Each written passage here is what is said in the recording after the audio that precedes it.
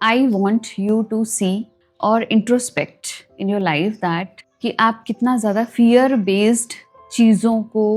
अपनी अटेंशन दे रहे हो, क्योंकि जहाँ पर फियर है वहाँ पर कंट्रोल है। ठीक है, चाहे सोशल मीडिया है, चाहे एडवर्टीजमेंट है, चाहे आपके फैमिली मेम्बर्स हैं, चाहे कोई गैदरिंग है, चाहे कहीं पर किसी फ्रेंड का कुछ कहना है, अगर समवेयर आपको अपने अंदर ये फील हो रहा है that I have fear of something, fear of criticism, fear of judgement, fear of abandonment, किसी भी टाइप का अगर फियर है आपके अंदर या उनके कुछ करने से आपके अंदर ये फीलिंग आ रही है, तो try to understand there is a huge thing going on विच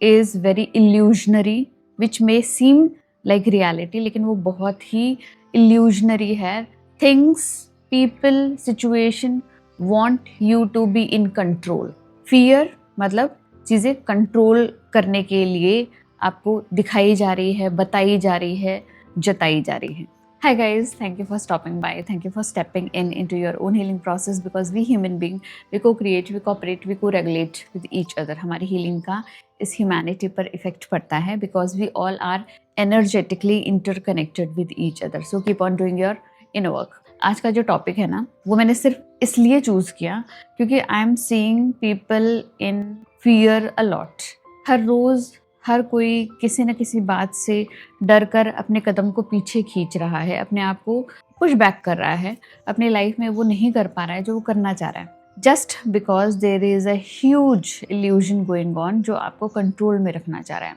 देखो, पहले क्या होता था, जब हम ट्राइबल लोग थे, है ना, जब हम इवोल्यूशनरी टाइम में थे, जब हम ट्राइब्स में काम करते थे, ग्रुप में काम करते थे, क्योंकि ग्रुप क्या होता था, हमें सेफ्टी देता था, सिक्योरिटी देता था, हमें प्रोटेक्शन देता था, क्योंकि ग्रुप में हम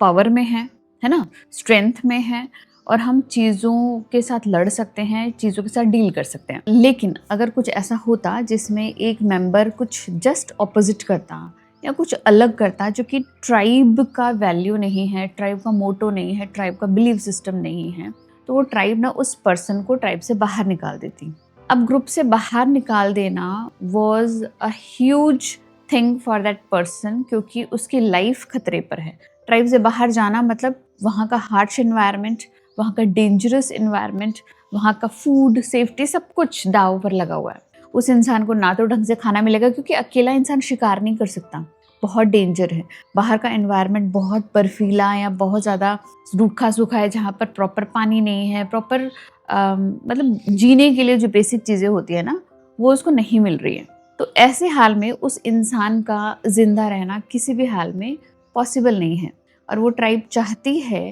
कि वो इंसान हमारे अकॉर्डिंग काम करे, क्योंकि हम नहीं चाहते कि किसी भी हाल में हमारी सेफ्टी, सिक्योरिटी में 1% भी डाउट हो किसी दूसरे पर्सन की वजह से, किसी दूसरे पर्सन की केयरलेसनेस की वजह से। तो पूरी ट्राइब अपने आप को बचाने के लिए, पूरी ट्राइब को बचाने के लिए, उस एक इंसान को बाहर निकालने के लिए बहुत ज़्यादा मतलब एक्शन लेती हैं एंड उसको बाहर निकाल देती हैं, और वो इंसान अपने आप, जो कि ट्राइब का कहना नहीं मानता है, अलग से अपना जीवन यापन नहीं कर सकता अकेले उस एनवायरनमेंट में, तो वो मर जाता है ना। तो इसलिए ट्राइबल टाइम से इवोल्यूशन हमारे इस लाइफ में आज तक एक बहुत इंपॉर्टेंट पार्ट प्ले करता है, क्योंकि इवोल्यूशन में जो कुछ भी हुआ है ना, it has happened for many many many years. ठीक है, जो चीज़ बहुत लंबे समय तक चलती है और जो बहुत धीरे चलती है, वो चीज़ आपके डीएनए में इनग्रेन हो जाती है। हमारे डीएनए में इस टाइप की चीज़ें, जो कि बहुत ट्राइबल टाइम की चीज़ें हैं, जो इवोल्यूशनरी टाइम की चीज़ें, आज भी हमें वही इंस्टिंक्ट, वही फियर देती है, क्योंकि वो हमारे डीएनए में है। हमें दिख रहा है कि हाँ, आज सेफ है, सिक्योर है, आज हमारे पास पावर है, आज हमारे पास सर्वाइवल है, लेकिन फिर भी कुछ इंसिडेंट्स ऐसे होते हैं जो सीधा फियर देते हैं, और वो फियर सीधा हमारे पास्ट, हमारे जो भी हमारे पूर्वजों के टाइम का जो जनरेशन टू जनरेशन चलता आया हुआ ट्रॉमा है ना, उसको जाकर ट्रिगर करता है, और वो ट्रॉमा एक्टिवेट हो जाता है, एंड वी फील लाइक कि किसी का क्रिटिसिज्म, किसी का जजमेंट, किसी का अबेंडनमेंट हमें ट्राइब से बाहर निकाल सकता है और हम मर सकते हैं, क्योंकि हमारा माइंड हर चीज़ को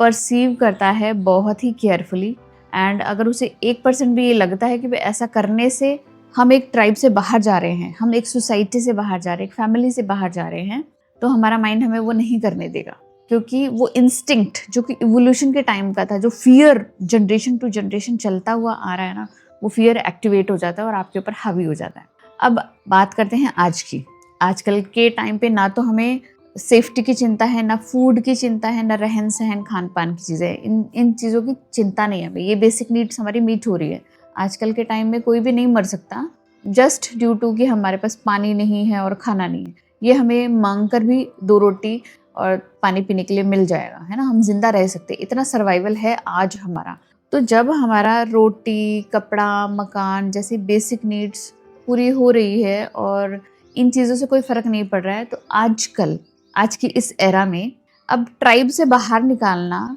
will not give you that feeling of death, या डेंजरस नहीं फील होगा। क्योंकि अगर हमें सोसाइटी से बाहर भी निकाल दिया जाए ना, तो भी रोटी कपड़ा मकान सर्वाइवल पॉसिबल है, ठीक है। लेकिन आजकल एक जो चीज़ हो रही है वो है साइकोलॉजिकल वॉरफेयर, मतलब साइकोलॉजिकली आपको जो सप्रेस किया जा रहा है, ऑप्रेस किया जा रहा है, क्योंकि आपने फिजिकल एनवायरनमेंट में तो चीज़ों को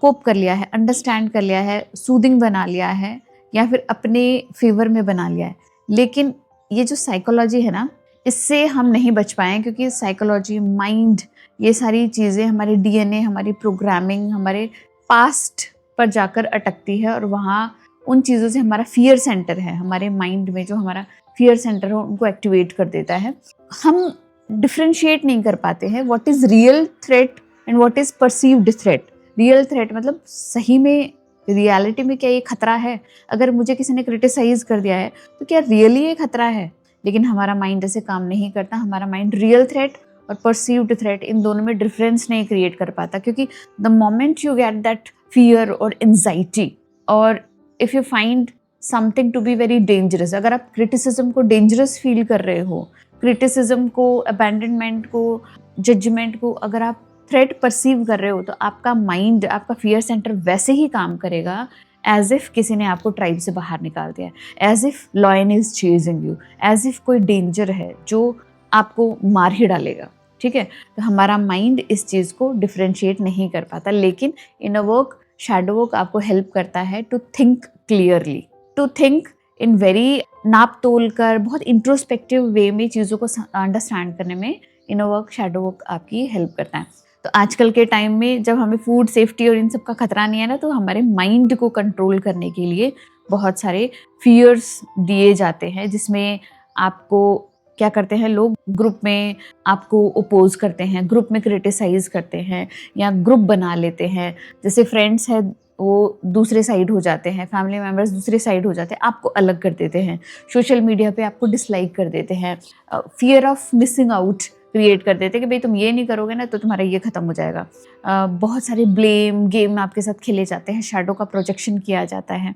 आपके साथ कोल्ड वॉर टाइप का खेला जाता है, आपके साथ बातें करना बंद कर दिया जाता है, आपको अवॉइड किया जाता है, आपको नेग्लेक्ट किया जाता है, क्योंकि उन्हें पता है अगर हम ये करेंगे ना तो साइकोलॉजिकली इसके ऊपर एक बहुत बड़ा प्रेशर पड़ेगा, एंड क्रिएट तो वही होगा जो कि लाइफ में जो रियल फिजिकल थ्रेट के जैसा होता है, वैसे ही अगर साइकोलॉजिकली हमें अप्रेस किया जाता है, सप्रेस किया जाता है, तो सेम वही फीलिंग, इमोशंस जनरेट होते हैं एज इफ कोई हमें मार ही डालेगा। तो हैव यू एवर नोटिस्ड कि कई बार आपको बहुत पॉजिटिव कमेंट्स मिलते हैं तो आपको बड़ा अच्छा लगता है, लेकिन कुछ एक नेगेटिव कमेंट्स ना बहुत ज़्यादा आपको डिप्रेस कर देते हैं, आपको बहुत बुरा फील कराते हैं, specially from your loved ones. अगर आपके खुद के फैमिली मेम्बर्स हैं, आपका स्पाउस, आपके पार्टनर, आपका बच्चा, आपके फ्रेंड्स, फैमिली मेम्बर्स, अगर आपको कुछ नेगेटिव बोल देते हैं, कुछ गलत बोल देते हैं ना, आपको वैसा ही महसूस होता है जैसे there is a big danger, like you are very dangerous to them, या उन्होंने आपको ट्राइब से बाहर निकाल दिया है। इस टाइप की चीज़ें आपके साथ होती है। तो पहले जब हम इवोल्यूशन के टाइम पर थे तो आपके साथ ट्राइब से निकालने वाला गेम खेला जाता था ताकि आपको कंट्रोल किया जाए, ताकि आपको डराया जाए। लेकिन अब क्योंकि सोशल मीडिया का ज़माना है, internet is everywhere, everyone is on internet, और सोसाइटी, फैमिली में जब आप रहते हो तो आपके साथ ये वाला गेम खेला जाता है कि आपको कंट्रोल करने के लिए वो सारी चीज़ें साइकोलॉजिकली आपके साथ प्ले की जाती है, साइकोलॉजिकल ड्रामा किया जाता है, कोशिश की जाती है कि आपको साइकोलॉजिकली डिप्रेस कर दिया जाए, ऑप्रेस कर दिया जाए। लेकिन अगर आपका माइंड स्ट्रांग है, अगर आप अपना इनर वर्क करना जानते हैं, आप अपने वैल्यूज़ को पहचानते हैं, आप अपने नेगोशिएबल्स, नॉन नेगोशिएबल्स को जानते हैं, अगर आप खुद से कनेक्टेड हैं, अगर आप खुद से प्यार करते हैं, अब आप इंटरनली अगर आप स्ट्रांग हैं, इन चीज़ों का आपके ऊपर कोई फ़र्क नहीं पड़ने वाला है। लेकिन अगर आप यहाँ से वीक हो, एवरीबडी कैन कंट्रोल यू। अगर आपकी क्लियर थिंकिंग नहीं है, आप कट टू कट चीज़ें नहीं जानते हो, आप खुद को नहीं पहचानते हो, it's very easy for them कि वो आपके साथ प्ले कर जाएं। ठीक है, तो आई होप आज का वीडियो समझ आया होगा कि how people play psychological war. और आजकल ये साइकोलॉजिकल वॉर जो कि फियर बेस्ड होता है, जहाँ पे आपको डराया जाता है, धमकाया जाता है, कोल्ड वॉर ना, कोल्ड ट्रीटमेंट किया जाता है, ऐसा क्यों, गैस लाइटिंग हो गया, ये ऐसा क्यों किया जाता है? क्योंकि बेसिक नीड्स मीट हो रही हैं आपकी, लेकिन psychologically they can still have power over you अगर आपने अपना इनर वर्क नहीं कर रखा है। तो मिलते हैं ऐसे इंटरेस्टिंग वीडियो में, तब तक के लिए बाय।